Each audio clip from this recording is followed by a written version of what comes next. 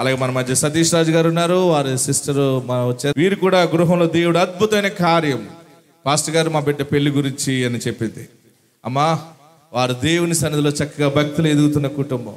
అయితే వారి కుటుంబంలో, వారి సిస్టర్ విషయంలో, బిడ్డ విషయంలో దేవుడు ఎలా చేశాడు వారి మాటలు మనం విందాం. ఎస్, మా అక్కగారు వాళ్ళ కుటుంబం మీ అందరూ రావటం జరిగింది. మీరు ఒకటే అన్నారు, అభిషేకించి మళ్ళీ లక్షవారానికి మీ మేనగాళ్ళు పెళ్ళి మీరు తిరిగి వస్తారని చెప్పారు.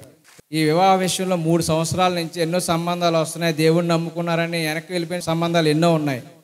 అలాంటి పరిస్థితుల్లో దేవుడు ఫాదర్ గారి మాటను బట్టి, ఆయన ప్రవచించిన విధానాన్ని బట్టి ఒకరోజు 18వ తారీఖుని ఒక సంబంధం వచ్చింది. వాళ్ళు కూడా దేవుడిని నమ్ముకున్న కుటుంబమే. ఎంతో ఘనంగా వివాహం జరిపించాడు దేవుడు. ఇసాక్ గారితో మాట్లాడినప్పుడు అమ్మని ఎల్లుండి తీసుకుని వస్తావు నువ్వు అని చెప్పారు.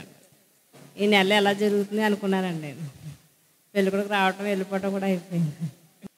పెళ్ళి అవ్వలేదు అనుకుంటా. అవుతే ఉంచుకుంటారా? బతిమాలన ఉంచరు కదా.